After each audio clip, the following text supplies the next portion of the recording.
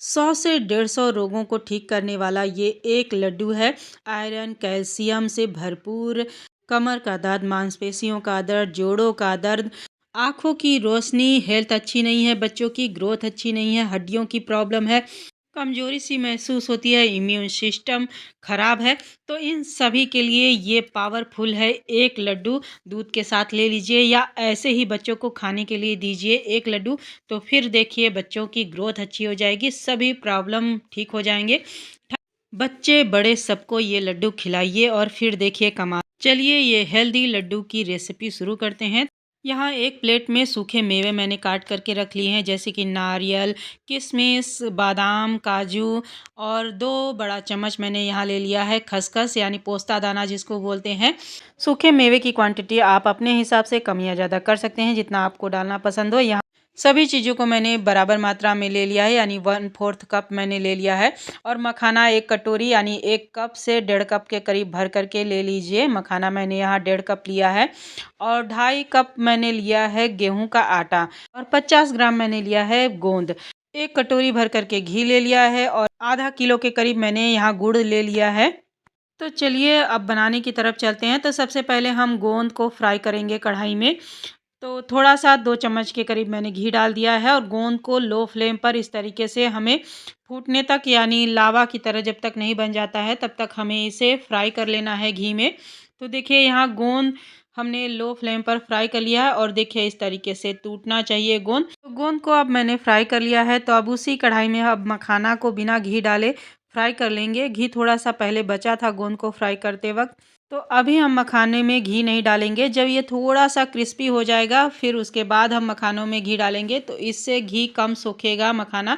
पहले ही आप घी डाल दोगे तो मखाना बहुत ज़्यादा घी सोखता है, इसलिए थोड़ा-सा भून लेने के बाद ही घी डालें। और देखिए मैंने मखाना भून लिया है, तो उसे भी निकाल लिया है एक थाली में।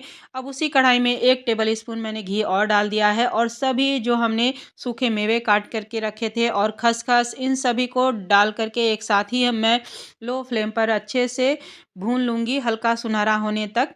तो देखिए, तो ये सभी चीज़ें भी सिक गई हैं अच्छे से, किशमिश फूल गई हैं, और बाकी चीज़ें भी हल्का-सा गोल्डन ब्राउन हो चुका है, तो इसे भी एक थाली में निकाल लेंगे। अब इसी कढ़ाई में जो हमने आटा रखा है, वो अब लो फ्लेम पर आराम से बिना घी डाले ही हमें इसे सोंधी-सोंधी खुशबू आने तक इसे चलाते हुए हमें लगातार भूनना है, जब तक कि इसका कलर चेंज नहीं हो जाता और इसमें से अच्छी सी खुशबू नहीं आने लगती आटे में से। और यहाँ देखिए 5 मिनट हो गया है और इसका कलर चेंज होने लगा है, तो आटे को चलाते हुए बिना घी का ही हमें भूनना है। तो यहाँ देखिए आटे का कलर चेंज हो गया है, यानी आटा हमारा अच्छे से भून गया है। तो गैस का फ्लेम अब करेंगे बंद, और मखाने को मैंने चाकू से छोटा-छोटा कट कर लिया है, और बाकी जो बड़े पीस रह गए हैं हाथों से मैंने मल दिया है।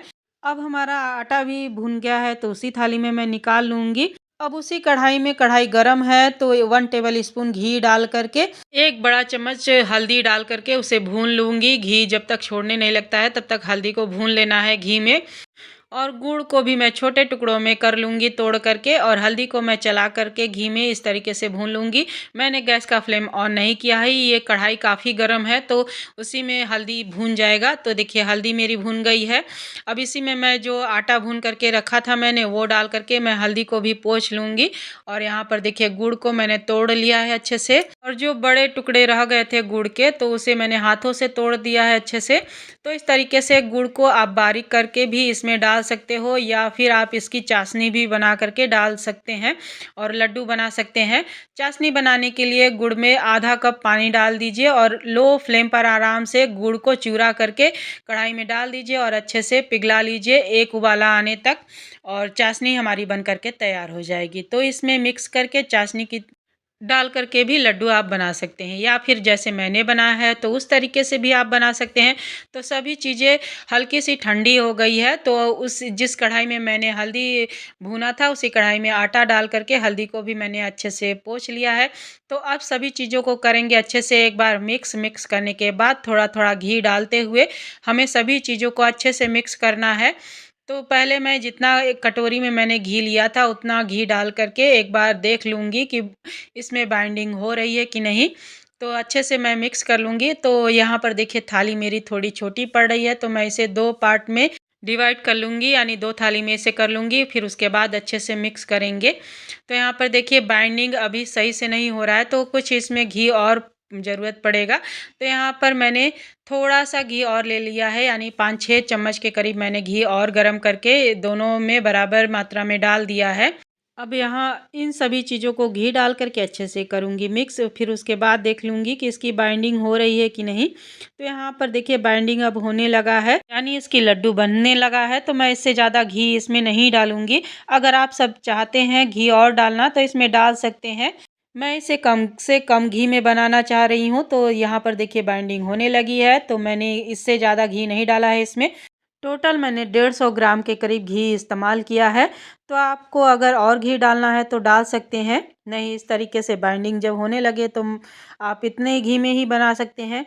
तो चलिए अब इसके छोटे-छोटे हम लड्डू तैयार कर लेते हैं। ठंड के सीज़न में एक ही लड्डू काफ़ी है।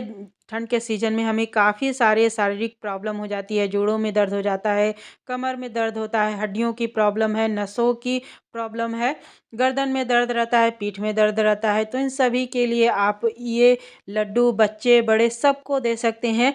दूध के साथ देंगे तो और भी ये फ़ायदेमंद है। तो बच्चों बड़ों सबको दीजिए, सबकी ग्रोथ अच्छी हो जाएगी, आँखों की रोशनी अच्छी हो जाएगी, हड्डियाँ मजबूत हो जाएंगी।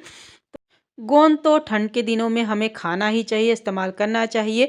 ये लड्डू आप जच्चा बच्चा को भी दे सकते हैं, यानी जिनकी डिलीवरी हुई है तो उनको भी दे सकते हैं। बस सौंठ डाल दीजिए और तीखू डाल दीजिए इसमें, और तीसी जो आती है वो भून करके ये सभी चीज़ें मिक्स करके उन्हें खिलाइए। ये सभी के लिए लड्डू फ़ायदेमंद है और इसे कम से कम घी में मैंने बनाया है। इसी तरीके से आप भी ये बनाइए हेल्दी लड्डू और अपने फैमिली को दीजिए। हेल्दी रहिए, फिट रहिए।